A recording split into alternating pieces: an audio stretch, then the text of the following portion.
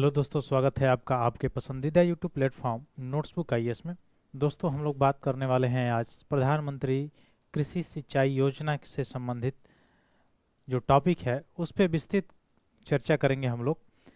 जैसे कि आपको पता है कि भारत में जो मुख्य रूप से जो अर्थव्यवस्था है, हालांकि अब तो थोड़ा सा आप देखे होंगे सेवा क्षेत्र की तरफ बढ़ रही है, रोजगार या फिर से उसमें प्रोडक्शन में भी, लेकिन भारत जो है कृषि प्रधान देश रहा है। और कृषि प्रधान देश के होने के नाते चूँकि भारत में जो कृषि है वह मुख्यतः जो डिपेंडेबल होती है वो सिंचाई पे डिपेंडेबल होती है। और सिंचाई में कौन सा सिंचाई, तो आपने देखा होगा भौम जल जो सिंचाई है उसमें सबसे ज़्यादा जो कंट्रीब्यूशन होता है वह कृषि सिंचाई में होता है। किसका? भौम जल का, ग्राउंड वाटर का, ठीक ना। और यह डिपेंडेबल और किस पे होता है? मौसम पे, कि मानसून आएगा तो उसी पे बहुत सारी जो फसलें हैं वो डिपेंडेबल होती हैं। अब वर्षा जो है, वर्षा का वितरण भी क्या भारत में सब जगह समान है? तो नहीं है। उसका भौगोलिक कारक है, उसके अक्षांशीय कारक है, उसके जो है ऊंचाई जो है ये कारक हो सकता है, समुद्र से दूरी है ये कारक हो सकता है, हिमालय है। ये विभिन्न कारकों के कारण जो वर्षा होती है वो सभी जगह वितरण उनका, यानी वर्षा का वितरण समान जगह से नहीं, समान तरह से नहीं होता है, आपने देखा होगा। फिर भी भारत की जो अर्थव्यवस्था है, भारत की जो कृषि है वह डिपेंडेबल है। अच्छा, कृषि में हम लोग बात कर रहे हैं, स्पेशली मैं बता रहा हूँ कृषि मतलब फसल से संबंधित, ठीक है। अब कृषि के अंतर्गत पशुपालन भी आता है, उसका बात मैं नहीं कर रहा हूँ, ठीक है। तो कृषि जो संबंधित क्षेत्र है, जो फसल से संबंधित जो क्षेत्र है, उनमें सिंचाई के लिए अलग अलग ग्राउंड वाटर, जैसे आपने देखा होगा कि नहरों की जो पानी है उस पर डिपेंडेबल होना, इवन जो वर्षा जल जो है उसका संचयन करना तालाबों में, उस तालाबों के द्वारा फिर से क्या करना? सिंचाई करना खेतों का, ठीक है। तो छोटे छोटे तालाब हो गए, झील हो गया, झरना हो गया, इवन नदियाँ हो गई, फिर से नहरें हो गई, जिसके माध्यम से सिंचाई होता है। भौम जल हो गया, ग्राउंड वाटर हो गया, जिसके चलते सिंचाई होता है। तो एक चीज़ आपको याद होगा कि भारत सरकार ने भौम जल को बनाए रखने के लिए, चूंकि भौम जल पर डिपेंडेंसी जीव जंतु से लेकर मनुष्यों की भी रहती है, पेड़ पौधों की भी रहती है, तो उसके लिए सरकार ने कैच द रेन अभियान शुरू किया था, ये आपको पता भी होगा। और ठीक प्रधानमंत्री कृषि सिंचाई योजना भी शुरू की गई, जो फसलों की जो बढ़ोतरी है उसको देख रेख के लिए, ताकि सिंचाई का जो कंट्रीब्यूशन है फसल में वो सही से सही तरीके से हो सके। जैसे इसमें आपने देखा होगा कि गांव में एक बार नहर में पानी आता है, वर्ष भर में एक बार आएगा, और एक बार सफाई होगी, और सफाई होगा उसी समय पानी आएगा और पूरा फिर बंद हो जाएगा। और वर्ष भर जो पनवट होता है, पनवट एक टैक्स होता है, ठीक है, उसका वो जो है वसूली करने के लिए राजस्व विभाग का कोई कर्मचारी आ जाता है, जिसका नहर के पास जिसके घर होंगे, सॉरी जिसके खेत होंगे, वहां से आ जाता है। तो यहाँ लूप फॉल दिखाई देता है, ठीक है। तो सिंचाई विभाग में भी यहाँ पे लूप फॉल है। एक और दिक्कत है इसमें, क्या कि पानी की ज़्यादा बर्बादी होती है जो फसलों में, जो आपने देखा होगा फसल में जो सिंचाई होती है भारत में अधिकतर जगह, वहाँ पानी की जो है ज़्यादा बर्बादी होती है। तो उसको कैसे बचाया जाए ताकि पानी की बर्बादी भी कम हो जाए और फसल भी अच्छी तरह से हो, दोनों का कंट्रीब्यूशन रहे, फसल की उत्पादकता भी बढ़े, और जो सिंचाई है वह भी जो है इतने उचित मात्रा में हो जिससे जो भौम जल है, ग्राउंड वाटर है, उस प्रभावित ना हो ज़्यादा मात्रा में। जैसे धान की खेती हो गई, अब धान की खेती के लिए पानी चाहिए, अगर पानी नहीं होगा तो फिर धान नहीं हो पाएगा।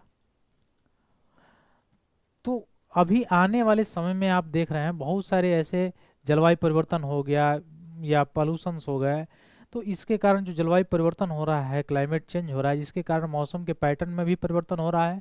और साथ साथ मौसम के पैटर्न में परिवर्तन होने के कारण बहुत सारे ऐसे इलाके हैं जो जहाँ ड्रॉट ही ड्रॉट है, सूखा ही सूखा है। बहुत सारे ऐसे इलाके हैं जहाँ बाढ़ आ जाता है, ठीक है। जैसे जैसे मौसम के पैटर्न में, जैसे जैसे जलवायु परिवर्तित होता जा रहा है, वैसे वैसे मौसम के पैटर्न में भी क्या हो रहा है? परिवर्तन हो रहा है। और यही परिवर्तन इफेक्ट किसको डालेगा? कृषि पे डालेगा, फसल पे डालेगा। तो उसके लिए कैसा उपाय किया जाए ताकि बदलते हुए जो यह मौसम पैटर्न है या बदलता हुआ जो जलवायु है उसके अनुकूल हम फसलों की उत्पादकता को बढ़ा सके। तो एक तो चीज़ है कि अनुवांशिक रूप से बीजों का जो है वो डेवलप किया जाए, रिसर्च करने पे योगदान दिया जाए, कंट्रीब्यूशन किया जाए। और दूसरा क्या, किसानों की आय भी बढ़ाना है। तो उसमें एक कंसेप्ट चला था, एक कंसेप्ट आया था इजराइल से, आपने जाना होगा कि वन ड्रॉप मोर क्रॉप। ठीक है, वन ड्रॉप मोर क्रॉप।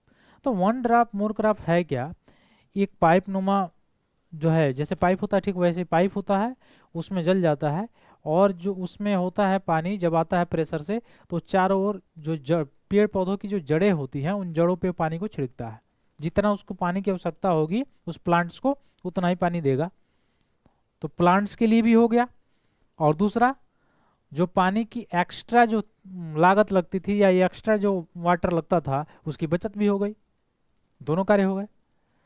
तो प्रधानमंत्री कृषि सिंचाई योजना के अंतर्गत आपने देखा होगा एक चीज और आया था, सोलर सेल वाला, कि उसमें जो सोलर सेल सब्सिडी पे गवर्नमेंट देगी और उसके तहत जो है क्या होगा, जो जो लगाया जाता है खेतों में डायनामो के रूप में, वो उससे पानी निकाला जाएगा और वहां से फिर से सिंचाई होगी।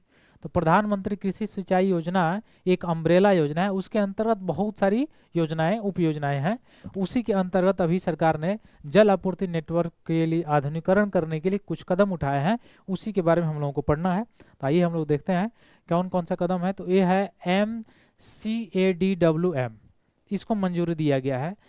तो PM प्रधानमंत्री कृषि सिंचाई योजना के अंतर्गत ही है MCADWM, जिसको अभी केंद्रीय मंत्रिमंडल ने क्या किया है, मंजूरी दिया है। अब है क्या, तो देखिए ये उप योजना है कृषि सिंचाई योजना का, मैंने अभी बताया। और इसमें लागत क्या लगने वाली है ये आपसे पूछा नहीं जाएगा, लेकिन ये पहल 25-26 तक जो बीती जो वर्ष है 25-26 का वहाँ तक चलेगा। और इसका उद्देश्य क्या है कि भारत में सिंचाई के बुनियादी ढांचे को महत्वपूर्ण रूप से बढ़ाया जाए, नहरें जो हैं उसमें जो पानी आता है उसको सही से रेगुलेट किया जाए। ठीक है, वर्षा जो जल है उसको सही से संचय किया जाए। ठीक है, ये सारी चीजें।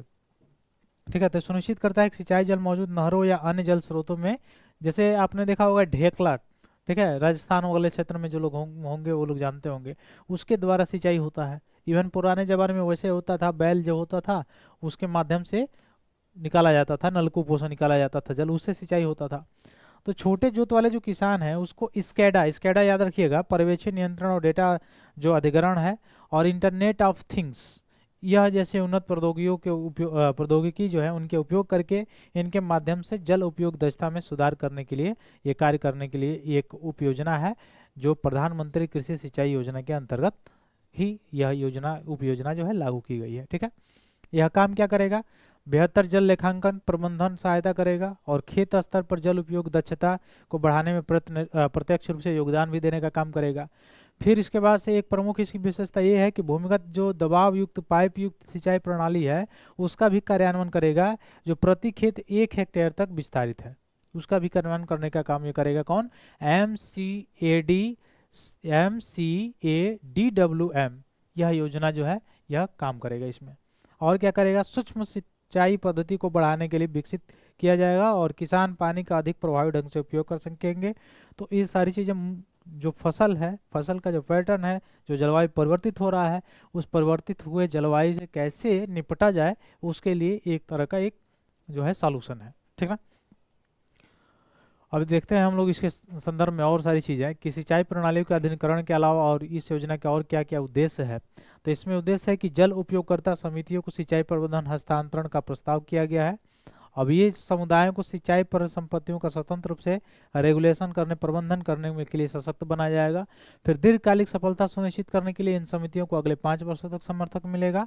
फिर किसान उत्पादक संगठन जो FPO हैं वह प्राथमिक कृषि सहकारी समिति से जुड़ने में इनको मदद मिलेगी। ठीक, तो ये कृषि क्षेत्र में युवाओं को भी नए अवसर इसमें पैदा, रोजगार के अवसर पैदा होंगे। ठीक है, जैसे आप देख पा रहे होंगे कि आने वाले समय में अगर ये सारी चीज़ें और भी उपयोजना है, कृषि सिंचाई योजना हो गया या फिर से लखपति दीदी योजना हो गया, यानी किसानों की आय को बढ़ाने के लिए जो जो पैटर्न फॉलो कर रही है गवर्नमेंट, अगर इस पे ध्यान न दिया जाए तो आने वाले समय में जिस तरह से मूव हो रहा है सीधे सेवा क्षेत्र की तरफ, पूरी यूथ जो हो रहा है मूव हो रहा है। और आने वाले समय में अगर पुराने लोग जो हैं वो अगर चले जाएं तो फिर कृषि में योगदान कैसे होगा, उत्पादन कैसे होगा, ये सारी चीज़ें। और डायरेक्ट कृषि में क्या है, कच्चा माल निकलता है ना, तो वो कच्चा माल नहीं अगर निकलेगा तो फिर वहाँ से प्रोसेस जो है, प्रोसेसिंग जो खाद्य होता है वो कैसे बनेगा, नहीं बन सकता है। ठीक है, आने वाले फूड भी जो है उस पे लिए भी संकट आ जाएगा, फूड संकट भी आ जाएगा, खाद्य संकट भी आ जाएगा। तो ये सारी चीज़ें हैं, तो इसके लिए बढ़ावा के लिए गवर्नमेंट एक नए नए कदम को मतलब नए नए कदम बढ़ा रही है, जैसे युवा भी प्रेरित हो। हाँ, लेकिन एक चीज़ और है कि अभी भी भारत में कृषि और सिंचाई पे पूरे भारत भर में आप देखेंगे तो बहुत कम, यानी 50 भी जो है आपको विश्वविद्यालय नहीं देखने को मिलेंगे कृषि से संबंधित, कॉलेज नहीं देखने को मिलेंगे, विश्वविद्यालय तो बहुत दूर की बात है। रिसर्च एंड डेवलपमेंट में आप देखते ही होंगे जीडीपी का माइनर परसेंट इस पे मतलब रिसर्च एंड डेवलपमेंट पे खर्च किया जाता है।